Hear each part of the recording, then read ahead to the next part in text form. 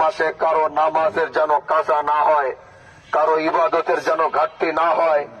এই মাসটা জীবন লাগায়া আল্লাহর কাছে যত মাপ চাওয়া যায়, নিজের জীবনের যত গুনাহ মাফ করানো যায়, এই একটা মাস আল্লাহ আমাদেরকে দিয়েছে। এই মাসটা কাজে লাগিয়ে তারপরে যদি আমার মৃত্যুর ঘন্টা বাজে, আমার কোনো আফসোস নাই। কারণ এই রমজান তো সেই মাস, মায়ের পেট থেকে যেমন বান্দা নিষ্পাপ হয়ে বের হয়, তার যেমন কোনো গুনাহ থাকে না, ঠিক তেমনি ভাবে রমজান যদি কেউ ঠিক মতো কাজে লাগায়, রমজান শেষ হওয়ার পরে তার আর কোনো গুনাহ থাকে না। আল্লাহ আমাদের সবাইকে এই জীবনের শেষ জানাজায়, জীবনের এই শেষ মুহূর্তে দাঁড়িয়ে আল্লাহ যেন আমাদেরকে মৃত্যুর প্রস্তুতি নিয়ে থাকার তৌফিক দান করে। নাসরুম মিনাল্লাহ ওয়া ফাতহুন করিব ওয়া বাশশিরিল মুমিনিন।